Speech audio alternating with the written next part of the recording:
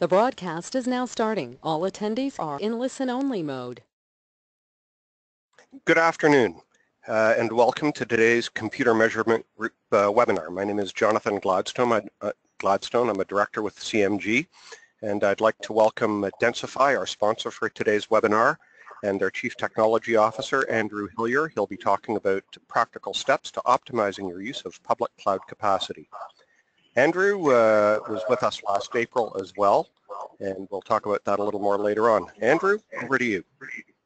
Thank you very much, Jonathan, and thanks everyone for joining. I think this is a great topic today, and it does dovetail nicely with the last one we did. The last webcast was around IT as a broker for cloud services, and all the subtlety of what goes into deciding what providers to use and how to use them from a very deep technical perspective. This kind of builds on that and says, okay, we're already in the cloud. How do we optimize the use of the cloud? And really what that translates to almost universally is cost. How do we minimize the cost?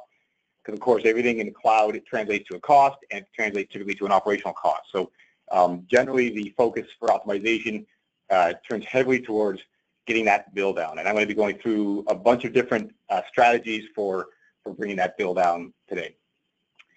Now, just one slide on who we are, just so you know who I am. Jonathan mentioned Densify. Just very quickly, we are an analytics company or an analytics service that really does what I'm describing today. You know, that's why we're talking to you about today, is because we work with a lot of customers on optimizing both on-prem and public cloud infrastructure. And it does it through a combination of analytics that drive automation and also a human element. So we work with a lot of customers, and part of our service is through our UI, you will get insight into potential strategies or options or paths to take. So we do this for a living, and I just wanted to kind of say who we are, but also show this because some of the slides will be showing a user interface, and that's that analytics interface, just so you're not confused as to what that is. But today is not about the product, it's not a product pitch. It's really about techniques and strategies for driving down the cost. So with that, let's start by talking about this challenge. I'm going to start with some analyst quotes here. Through, I guess this would be the next 3 years now, 80% of organizations will overshoot their infrastructure as a service budgets due to lack of cost optimization approaches. We see this happening rampantly in both newly adopted cloud customers and ones that have been running for a long time. This challenge has been prevalent for some time. And also, another interesting stat, so 45% of orgs that lift and shift into the cloud without optimization will be terribly over-provisioned. And so, again, if you just take what you're doing and try to throw it into the cloud, you're going to waste a ton of money. And these are from Gartner. It's a great report, 10 Blues, from just, I guess, a couple of months ago or 3 months ago. And that really frames up nicely, I think, this topic, because it is a pretty big problem. Almost everybody we talk to thinks that their cloud bill is just way too high. Now, that may seem counterintuitive because people, just looking at the cloud say, well, I can rent an instance for 12.5 cents an hour. How could it possibly be expensive? And there's lots of reasons. One of the main reasons is that it depends on the type of workload that's in it. So this is a utilization chart of a system showing the CPU as a percentage, and I'll just explain it for a second because you'll see a bunch of these charts throughout. This is a 24-hour utilization pattern of a system, and it's by quartile. So the thick red zone is the kind of sustained activity. The top of the thin orange zone is the peak, and the bottom is the min. So what this is saying to us is this workload kind of ramps up around noon and sits at a very high utilization for about 12 hours and then goes down again. So if I run that in the cloud, that's great because I can turn an instance on, I can pay 12.5 cents an hour for 12 hours, and it's going to cost me whatever, $1.50 to run that workload. Very cost effective because I'm only paying for what I use. Now, if we contrast that with a more transactional app, so let's just say I have a billing system or some trading system or something that's doing more transactional activity. It's constantly doing some activity, but it peaks up midday, comes back down. So that's the workload curve of something that might look like that, and we're peaking up at a fairly high level of utilization. The units on this one is in megahertz. So to put this in the cloud, I might need to buy a fairly large instance. I might need to buy an extra large or a 4-way or an 8-way instance to run this. And I'm not really going to get my money's worth because I'm only really using all of those resources for a short period of time. The rest of the time, I'm barely using anything. So I'll probably, the area under the curve here, I'm probably going to use a third of the resources I'm paying for. So, that I might need to buy or rent a large instance. I might need to have it running 24/7. That could cost me $1,000 a month for that workload in the cloud. And that can add up very quickly. Now, interestingly, that might be an app that's more of a legacy app that's written a certain way. If I were writing that app again right now, and I look at the workload curve, I say, well, that's the actual workload on this app, but I can rewrite the app to be horizontally scaling or microservice oriented. And as the loads go up, I just turn on more instances and turn them off again when they go down. So this kind of step function is more a view of when I actually need more discrete instances to support the workload. And if I rewrite the app this way, it's going to be a lot less because in a cloud provider, I'm only paying for one instance all day and 2 for half the day and 3 for about 5 hours. So again, it's going to go down to about a third of that. Instead of $1,000 a month, that'll be about $300 a month to run that in the cloud. So there's a lot of factors that go into what the rental fee will be for the capacity that you're buying in the cloud. And again, different types of workloads have incur different levels of cost. And so again, if you start throwing stuff in the cloud randomly, you may be surprised at how much it ends up costing. Now let's make this even more complicated because there's several other effects that will influence these costs. So what I just showed, maybe that system would be $1,000 a month, assuming I got it right and I actually bought the right instance. But we find that most people don't even get it anywhere near right. So and really, if you think about it, in the cloud, there's a big lack of visibility. If you go and throw stuff into Amazon, for example, a lot of orgs we talk to can't even really see what it's doing anymore. It's kind of there's just not, they don't even know what's being turned on and off in a lot of cases. So a lot of times we'll see a workload that's running in the cloud that you might be able to get your money's worth out of, but you're not because you bought a giant instance. It's running in an extra large, and you only need a medium to run it. So that makes it even worse. Even it might be expensive in the cloud, even if you've got it completely right, but most people don't get it right. And part of the reason it's hard to get right is because the clouds are so complicated. So if you look at, here's Amazon, I've got micros and M4 larges and R4s and C4s and all these different things. They're all based on different processor architectures and different CPU memory I/O characteristics. And this makes it very hard to figure out what is actually right. And I'm going to invoke another Gartner quote here. They're saying that when you're using AWS, there are actually about 1.7 million different considerations just in EC2. And EC2 is just one of 90 services offered. So it's very complex. The granular way you can buy or you can rent capacity in the cloud is makes it very complicated to figure out, should I be buying a CPU optimized, memory optimized? And so again, it's very easy to get it wrong. Even if you had the data and the visibility to try and get it right, you may not know how to get it right. Now, the other thing that is kind of related to all this is that, there's the data side and there's the complexity side. There's also just the process, the people and process side that it is a bit like the Wild West. So there's a lot of instances out there that are doing nothing, but nobody turned them off because nobody even knows who started it. So I'll talk more about that in a bit. But the lack of the accountability, the lack of control over what's happening really is the cause of that sticker shock. So the bill is far higher than you expect.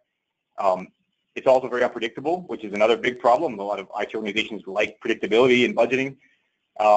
And the problem, but also the opportunity, is that it's a monthly cost. It's not a sunk cost. So if we see this kind of inefficiency in a on-prem data center or virtual environment, most people would say, well, I've already bought the servers. Not much I can do right now. And you're kind of resigned to that fact. In the cloud, you can make a change in next month's bill if you act on it. And so the fact that it's an OpEx really shines a light on the waste, but makes it a big opportunity. If you want to be the champion of efficiency, this is your chance, because you can go in and make a big difference quickly in these environments. In an on-prem environment, it's a bit frustrating because there might be nothing you can do until the next hardware purchase.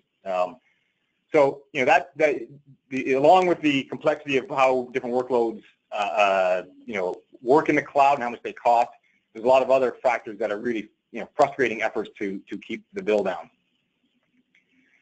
So with that, let's talk about what you can do to get the bill down and counter all of these effects.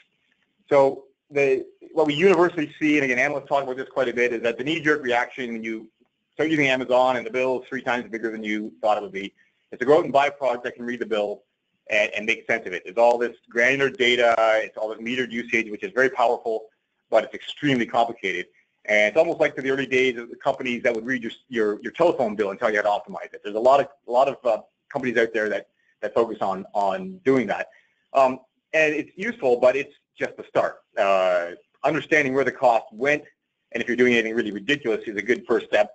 But you can go much, much further as far as savings are concerned. So I'm going to go through these today in some detail, these kind of 7 strategies. The first one is to read the bill. We do think that's a good starting point. We do that. Lots of companies do that. It's not really rocket science, but it does let you see who's using what. But then the next step is, like, let's start getting into the actual data itself and start looking at optimizing. And now this second step here is, it's not going to actually bring your bill down. It might actually bring your bill up. But the first thing we always want to do is make sure that there's not anything wrong with what's out there or high risk that you want to eliminate right away. So we first start getting data on the cloud environments. Usually one of the highest priority things is to kind of fix things that are overtly wrong. Even if it costs a bit more, it's in the name of performance. We're going to fix that. But then we quickly move on to the true cost saving items, and that's where you start to see the savings. And the further down this list you go, the higher the savings are. And again, I'll go through this in some detail. So if I have things that are too big, that are the wrong sizes, making them smaller saves a bunch of money.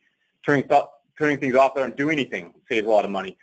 Down to step 4, modernizing. So maybe I'm running on a cloud instance that was the best one 6 months ago, but there's something newer and there's something better, and maybe I can move on to that. Now, this isn't, reading the bill is fairly straightforward. Identifying risks, I'll talk about that.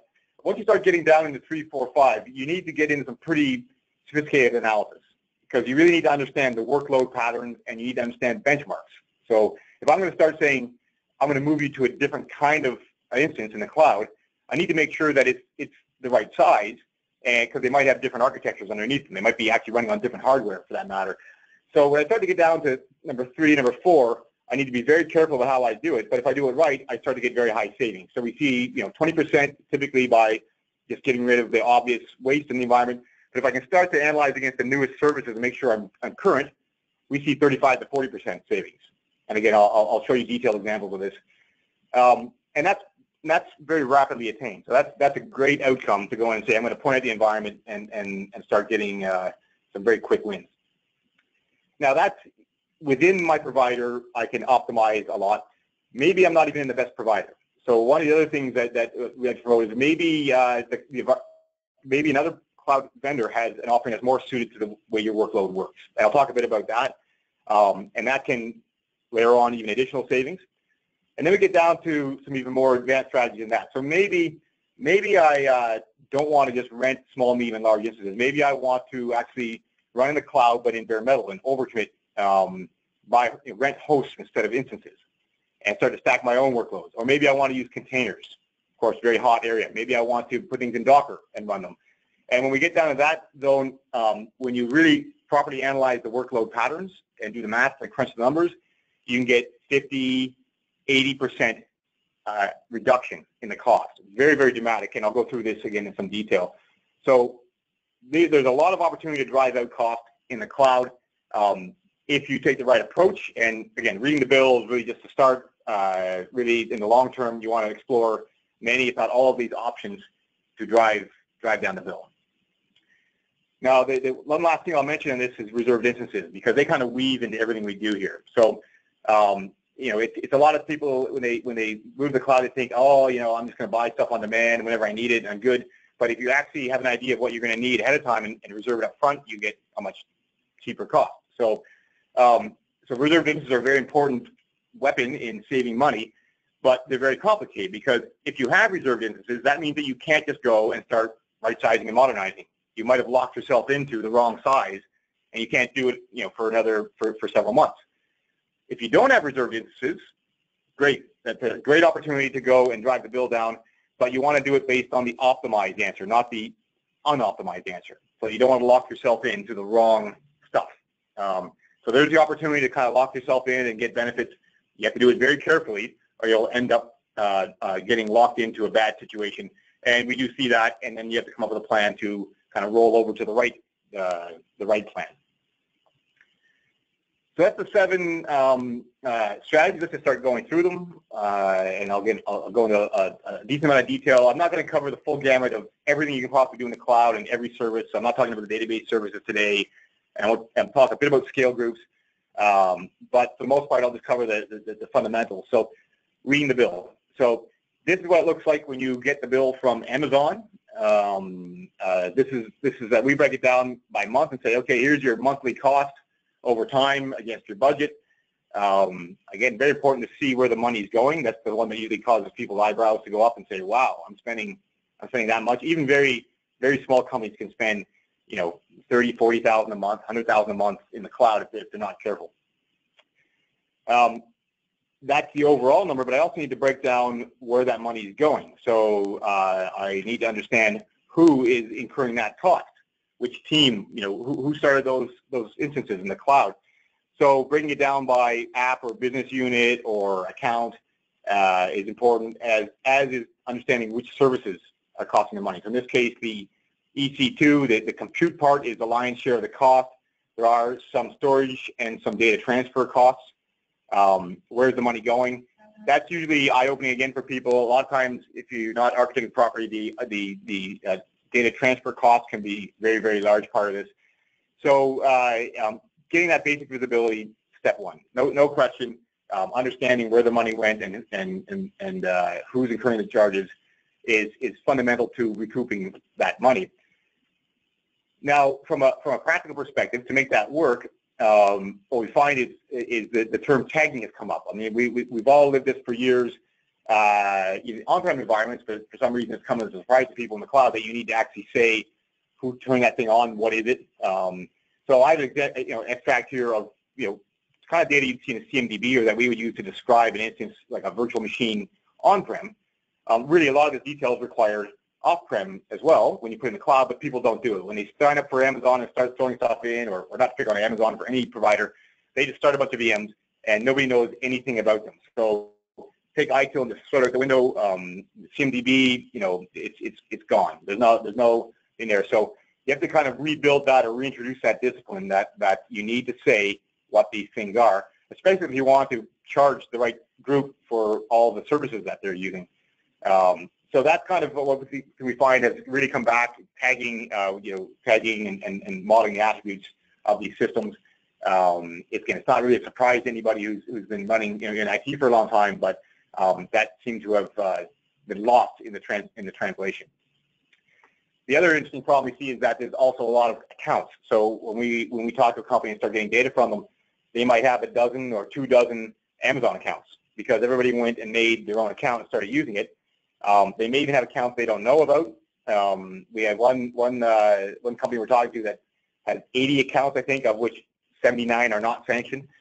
So there's a bit of a mess there too. Now you can make an overarching account and put accounts under as sub-accounts and use ways of dealing with this. But that needs to be dealt with because a lot of times you may not even be able to find everything that you put in Amazon because you can't figure out all the different parts of your organization that actually went and started stuff there. So it's kind of comical in a way that this is happening, but it is just the way that it's evolved where a lot of it started the users started using it without going through IT, and so some of the discipline has been temporarily lost. But to make sense of the bill and to start getting under control, it's a good idea to kind of get this back in line. Now let's talk about utilization. That's the bill, and that's the for example, in Amazon, you hit the APIs to get all the billing data. The actual utilization data is separate. That would be something like CloudWatch. Different cloud providers have it, and so there's different APIs that will actually let you see what you're running in the cloud and what it's doing. And this is where we start to get into the really, really important stuff for optimization. We really want to track the details, exactly what's happening. We want to understand and model these things in a way that it can be reconciled with what I'm running on-prem as well. So I don't want 2 completely disjoint systems, one for on-prem. If we're talking about hybrid cloud, you really want to kind of fall under one umbrella. So here's an example of an environment that has some on-prem, some Amazon, Azure, and SoftLayer all kind of modeled side by side. And when you do that, you can also then start to get interesting views. So here's the aggregate normalized utilization of everything in Azure. And so this is that workload pattern again, but this is a rolled up aggregate of everything normalized to benchmarks, in this case, CN 2006 rate. So this gives us a nice level of visibility, so we can say, okay, that's how we're using Azure. I could also pull up the same one for my VMware environment, and I would get it in the same units, and I can start to do different analysis based on that. But even just pausing here for a second, even just seeing this is actually very useful, because in a lot of orgs, as I mentioned, when you start using Amazon, you really lose a lot of visibility. So people don't know what things are doing. You know, we see people saying, wow, there's 1,000 instances being turned on for an hour a day and turned off again. We didn't even know that was happening. We don't even know who was doing it. We don't see that because we don't have any way of seeing the data. And really, it's like going back in time. It's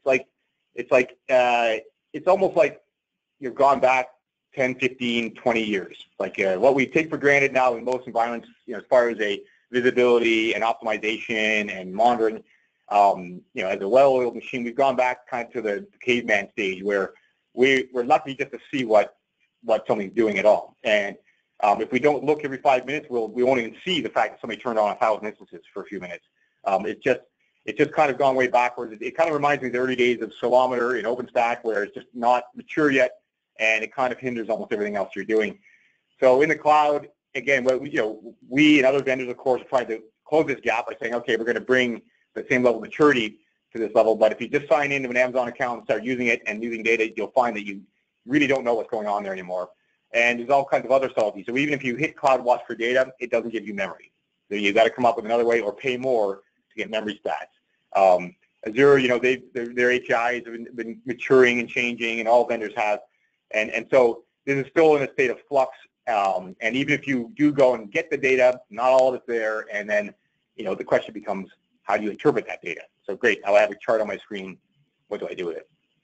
So again, we see this again and again. People are just happy to see a curve of what things are doing. They're just happy to know what's even turned on. It's usually a bit of a shock that there's more stuff than they thought there was. And I think this is going to kind of resolve itself fairly quickly, but it's still a pretty prevalent problem. Now, with that, armed with that data, that visibility, that utilization data, and the pattern analysis, we can start to understand that kind of second step, which is not really an optimization step from a cost perspective, but I want to make sure that things aren't at risk. I'm not putting applications in danger because I've misconfigured them. So here's a utilization, CPU utilization example of a system that, again, to kind of describe in words what this says, it's 24-hour pattern. So from midnight on to about 3 a.m., it's got fairly high sustained activity and peaking near 100%. So the top of the red zone is what we would call sustained activity. It ducked down for a while, and around 6 a.m. it goes right to the roof with high sustained activity. So between 6 and 7 a.m., I think that is, or 7 and 8 a.m., we are hitting 100%, and we're spending at least 15 minutes of that hour over 98%. If this was a product, you can tooltip to see what the numbers are.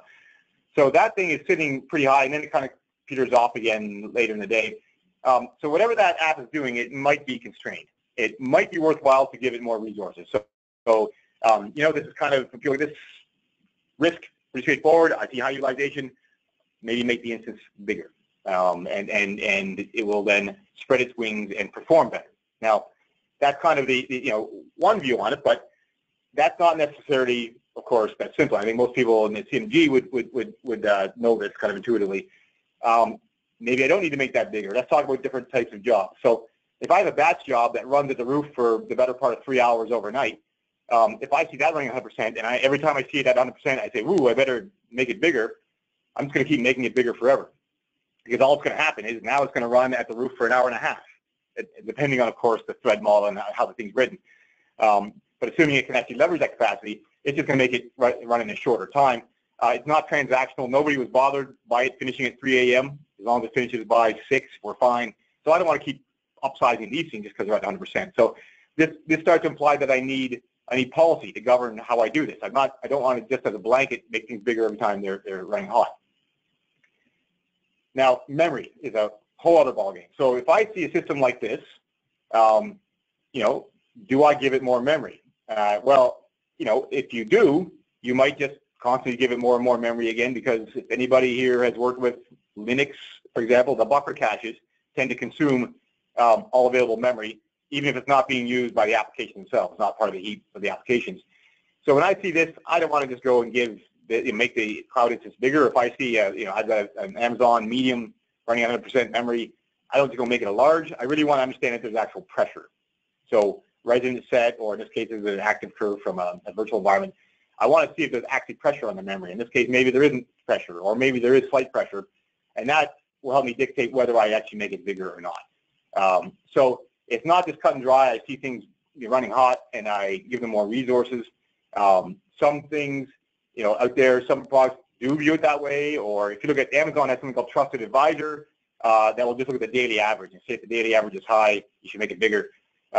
It's kind of ridiculously simple, and so what we would recommend is you need proper policies and the proper analytics that look at all the different variables to understand whether something really is in need of more resources or not.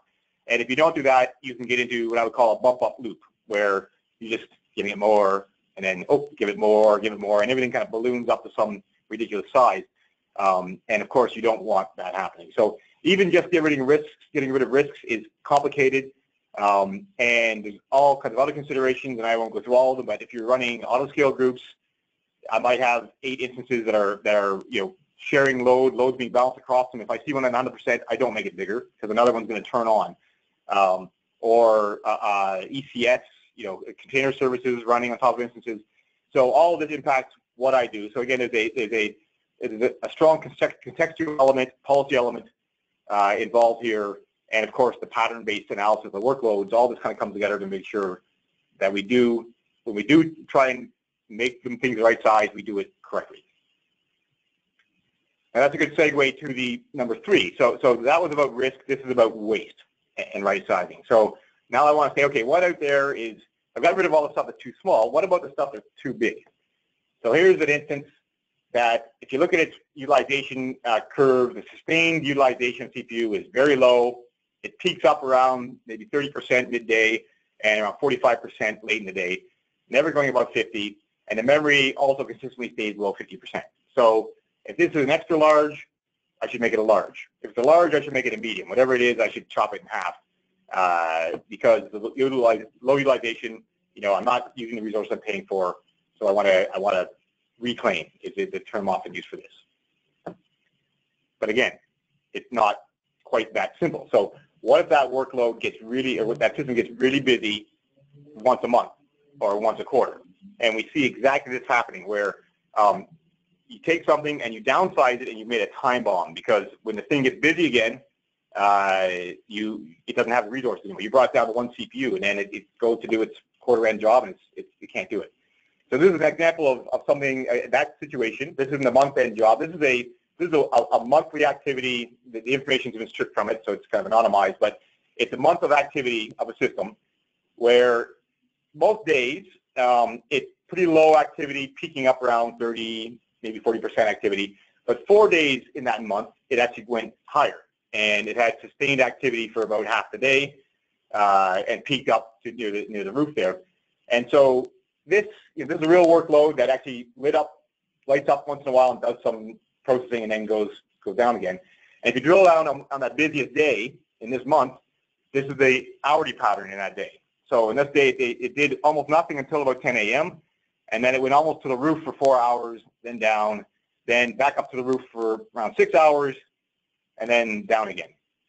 So when we analyze this, when we hit this case, this is one of a whole bunch of similar cases where we looked at the hourly pattern and said, well, if we go back through that month, but we're not just looking at the average or the daily average, we're saying let's look at the hourly patterns in each day.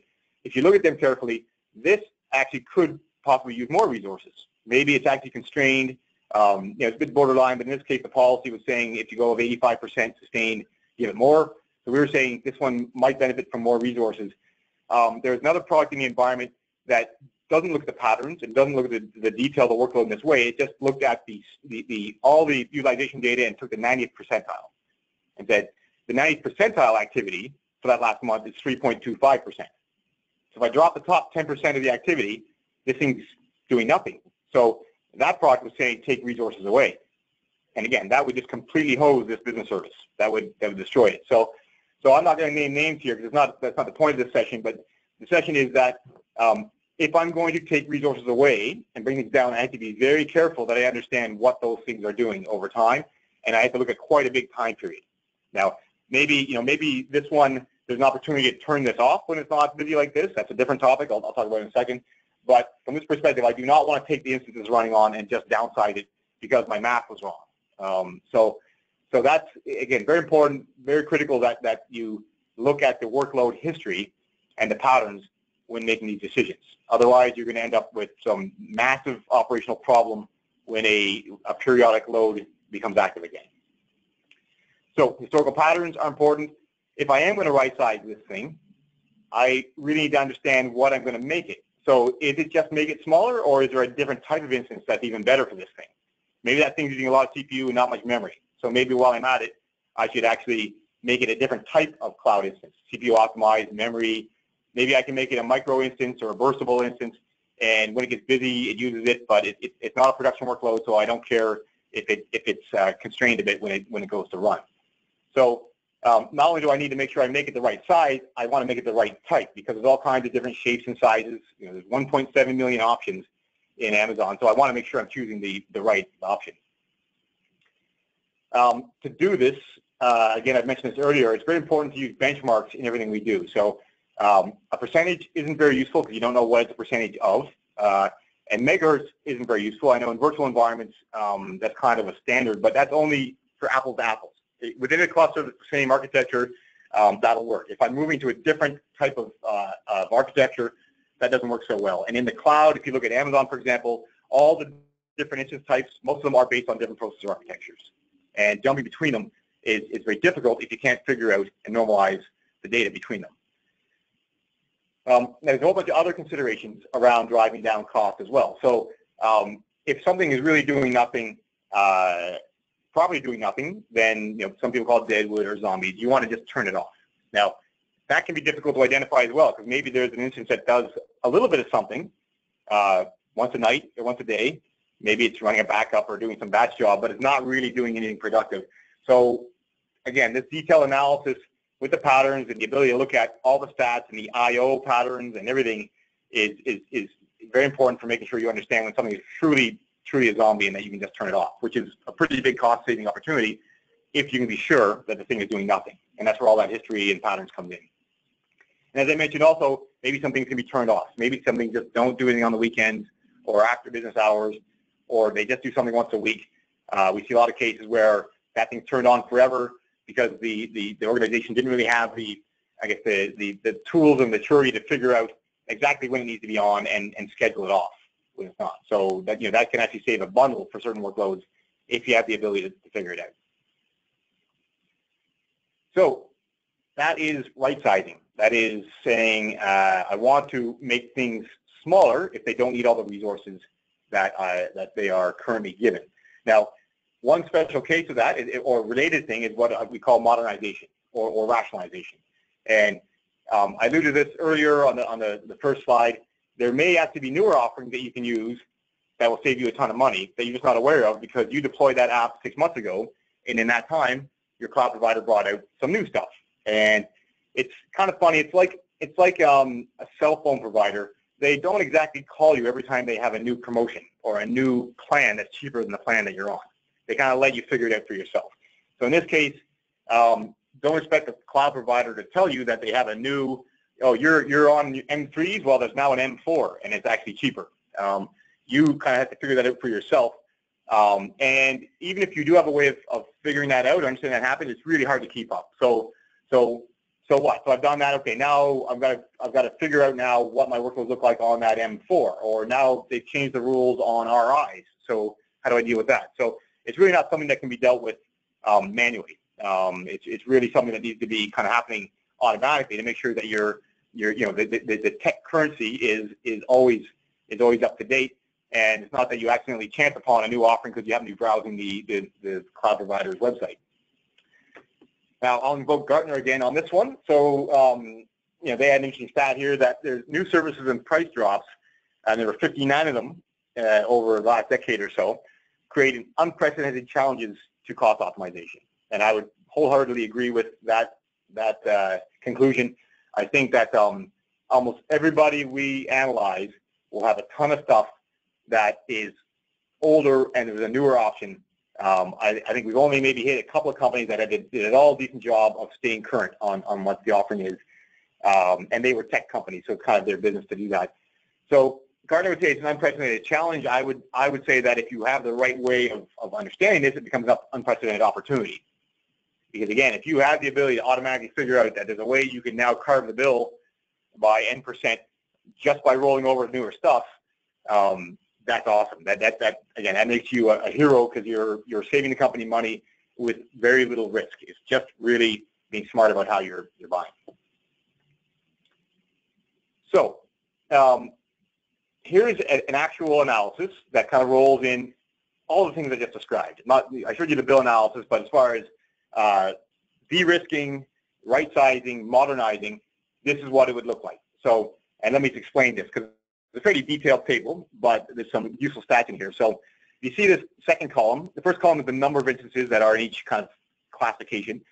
And we're kind of characterizing as to whether they are the right size, they're too big, or they're too small. Pretty intuitive. And the next column says what to do with it. And of course, for the things that are too big, I make them smaller. For the things that are too small, I make them bigger. We talked about that if they are truly too small or too big. The judgment of whether it's too small or too big has already occurred here. We've already used policy to make sure that we have the right answer.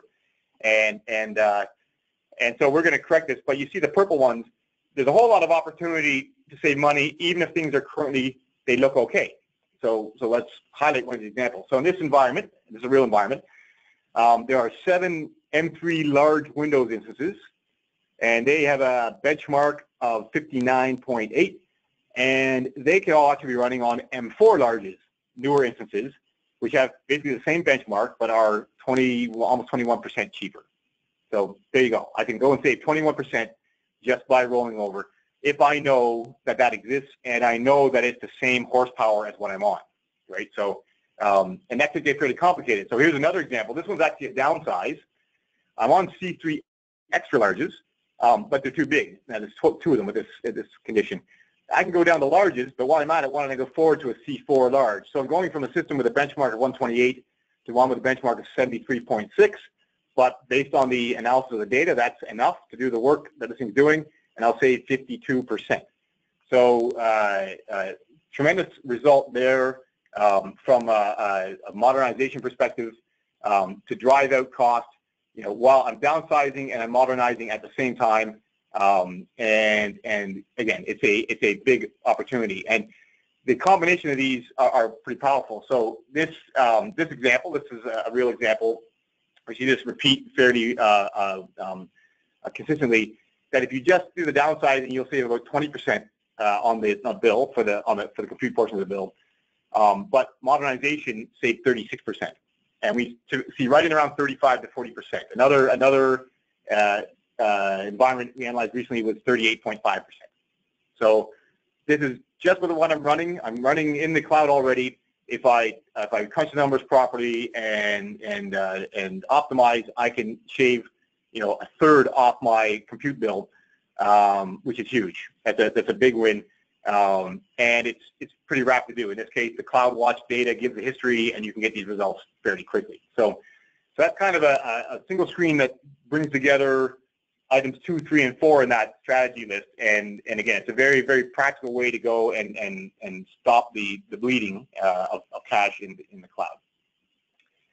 Now, there are some caveats here, and I'll get in. So I mentioned, an environment that there was a saving of 38.5% possible.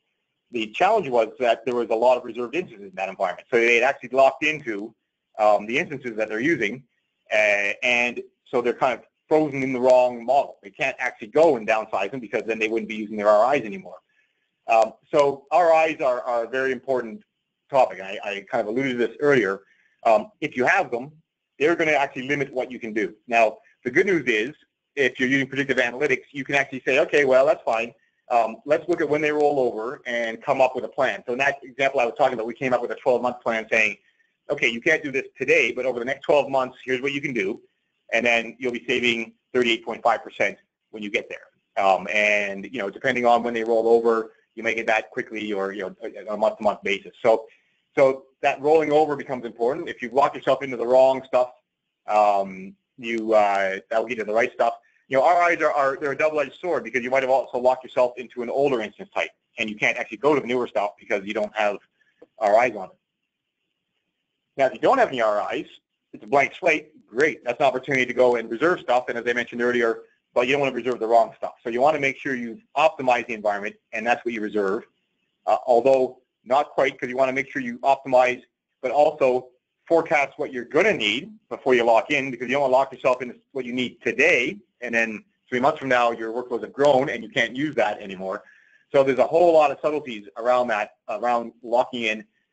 You can save a bunch of money, but you're going to basically reduce your agility at the same time. So, and different cloud providers do it differently. I'm talking a lot about Amazon because it's, of course, the most common with RIs, but Google Compute Cloud has a different model for the way that you get price breaks based on longer you use. So there's different models out there, and that's, again, further complication. Every provider does it a bit differently.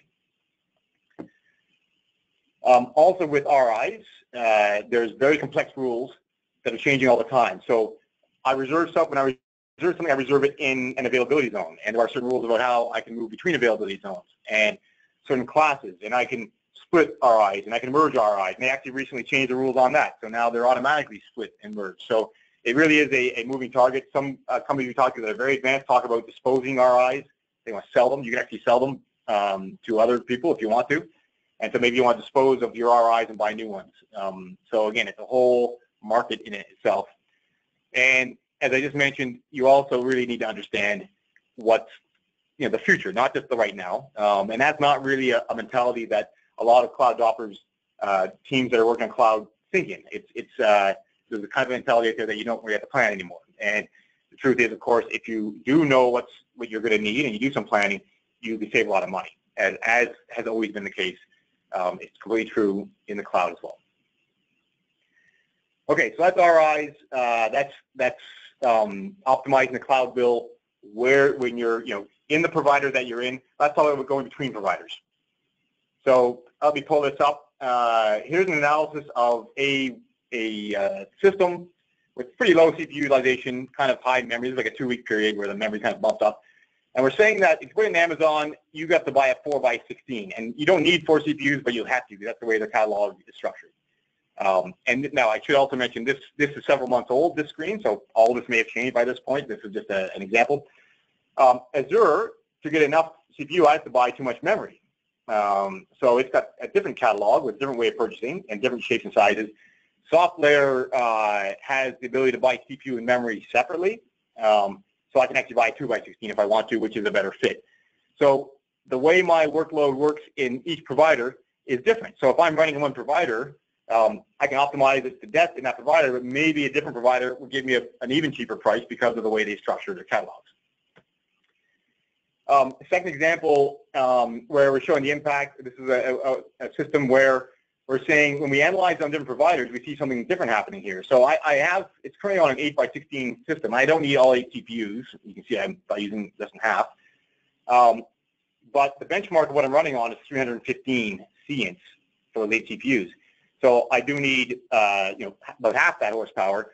In Amazon, I can get a 4x32 that gives me 199. In Azure and SoftLayer, I have to, those offerings, the core speeds are slower, so I have to buy 8 ways to get enough CPU horsepower to run this app.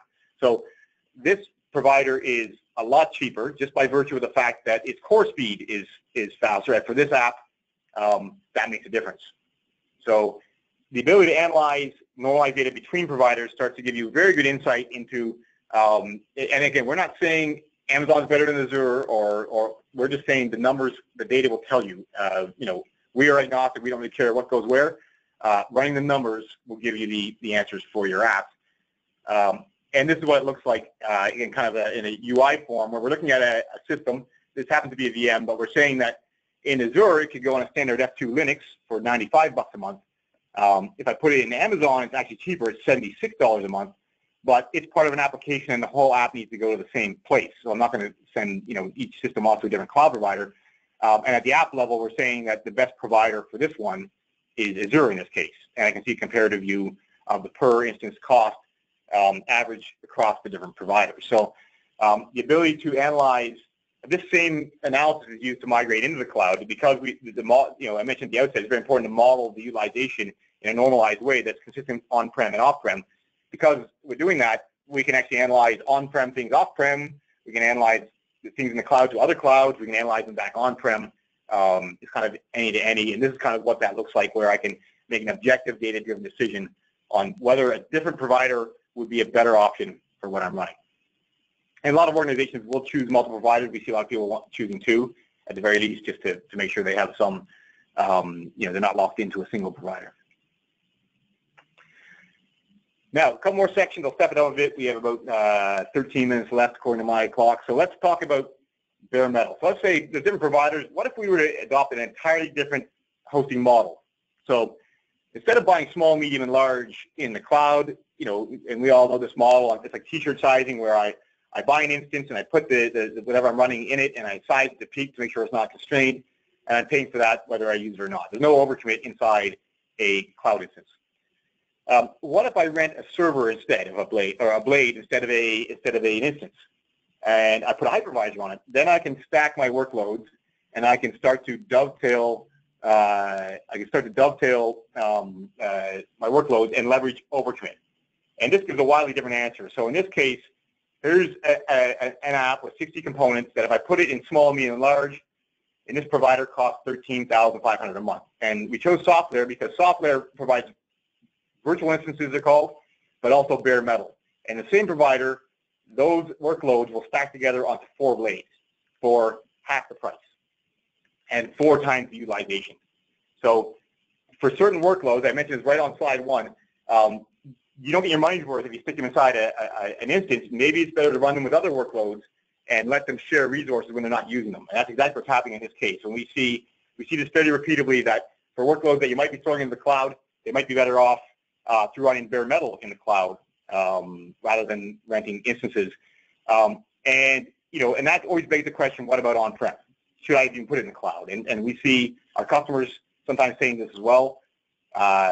We're pretty tough in the cloud, but it may not be a good idea. And they see that previous slide I showed. They see that analysis and say, wow, I can use that to kind of figure out whether on-prem it maybe is even cheaper, because I already own the data center. So maybe I should. If I don't own a data center, of course, it's not cheaper. But if I do, maybe I should be using it. And this is that example. So this is actually 569 workloads in Amazon. This is analysis of workloads already in Amazon. And these cost about $108,000 a month at list for on-demand pricing.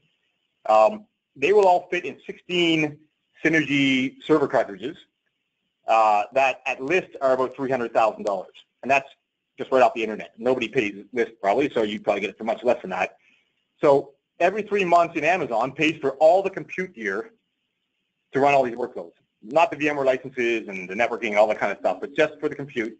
So this is kind of sobering. We've seen also analysis where like every 2 months pays for it. So the ability to analyze and compare cloud to on-prem or cloud to cloud bare metal is really, really useful when trying to optimize costs. And we see that again, there's a huge saving if you make sure you're in the right hosting model, in the right provider, in the right hosting model, and optimized.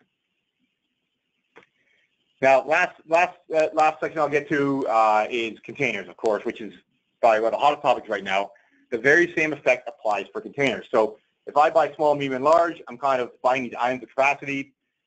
If I put things in Docker containers on a huge Amazon instance, so this is both in Amazon, but I'm going to buy one of those giant X1s with 2 terabytes of memory. Let's compare these 2 options. So this analysis was 983 workloads in Amazon, fully optimized, doing every bit of optimization I described, is $1.9 million a year. It is well over that if you don't optimize, which a lot of people don't optimize. But even if I did everything I possibly could to drive down the cost, it's 1.9. Sorry, that's not including reserved instances. That's not everything I described, but that is all the right sizing I described. All of those workloads will stack into 4 giant extra large X1s for an 82% lower bill.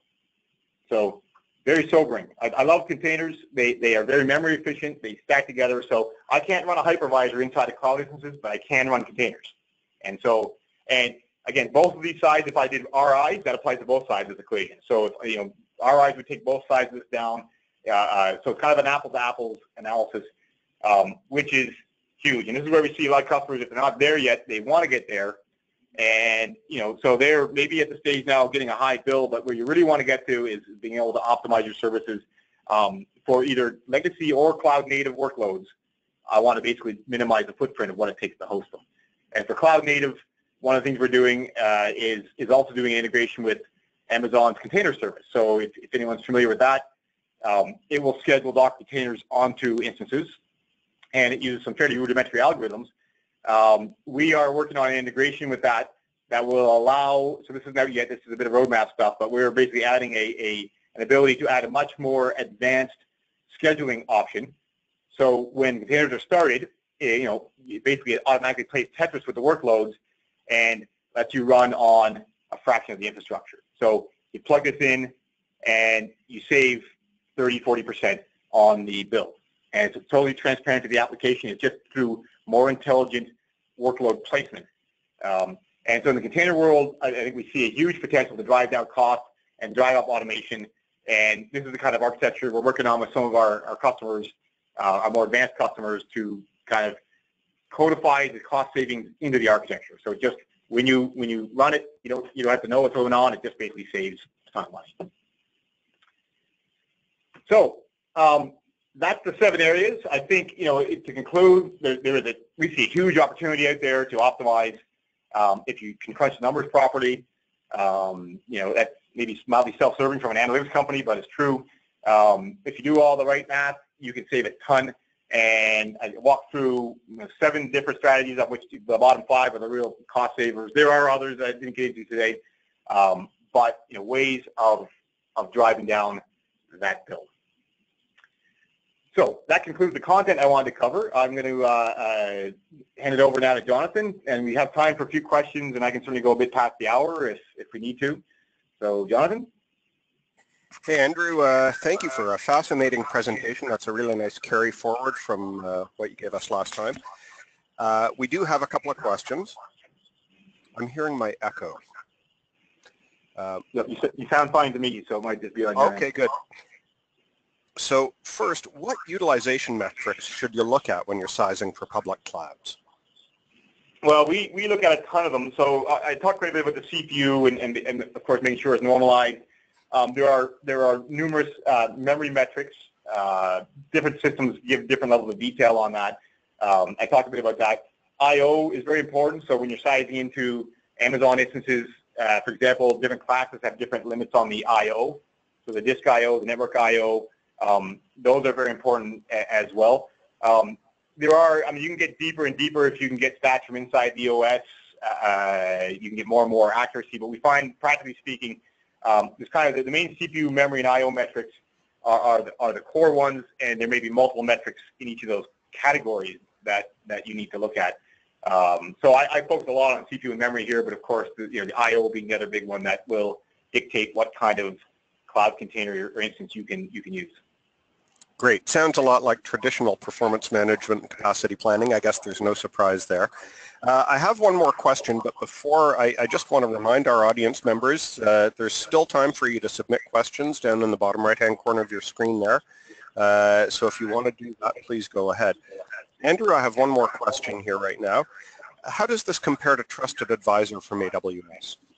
That's a good question. I alluded to that briefly on one slide, but I'll go a bit deeper into that. So with the support plan with Amazon, you do get something called Trusted Advisor, and it's a very basic system. It does a bunch of stuff around security and configuration notifications that are quite useful. You might have a certain security setting that's made you vulnerable, and it does do some cost and risk notifications, but it's extremely basic. And I think especially for CMG crowd,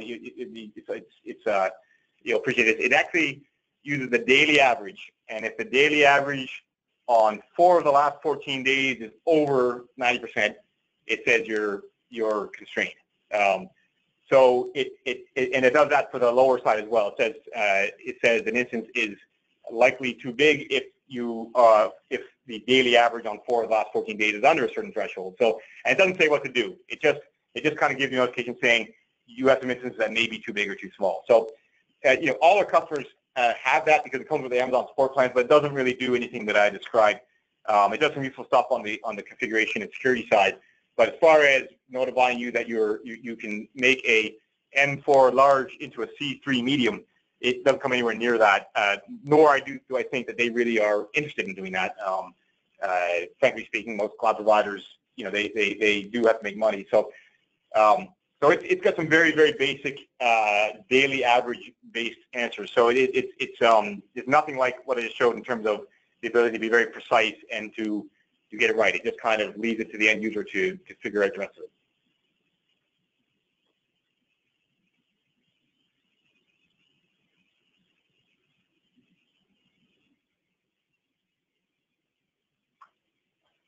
And Jonathan, are there any other questions? Sorry, I was muted there. Yes, there's one more question from an audience member. You talk about all the different instance types from AWS and Azure and other services. Is it safe to presume that you stay fully up to date with these on your website from all of the different providers?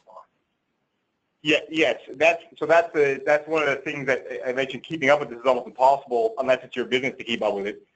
So absolutely, we have teams here that do exactly that. And more of the providers have APIs that will get you all the way to stuff. But it is important to stay up to date. And it's constantly morphing. And again, they all have different models. So that whole currency aspect is what we find that for an end user or a company to do that. If your business isn't technology, it's a bit of a waste of time to constantly be scraping stuff off the vendor's website or whatever. So yes, we do. That is built into the models, and it's one of the advantages of the SaaS delivery model that we have. That because the analytics are hosted, it can be constantly kept up to date, in a much more simple fashion. Great. I don't see any more questions from our audience right now, so I guess that's it. If you want to roll over to the last slide there. Okay. I think there are 2 slides. I'll cover this one just quickly. Please go ahead.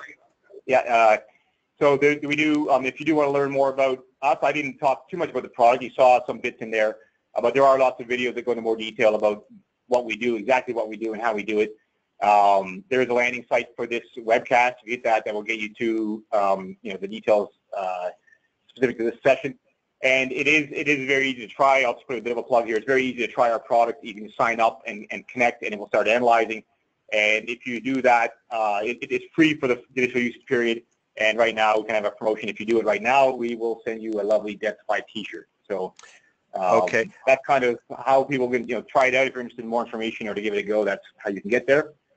Okay, we're going to jump back for a second. No, wait, jump back. We actually have 2 more questions, two more quick questions from the audience. First, from Richard, how do you get your performance data out of the cloud? That's a good question, because in the early days, you would have no idea what sits underneath a cloud instance. Now you know that. They do publish that. It is available, for example, from Amazon.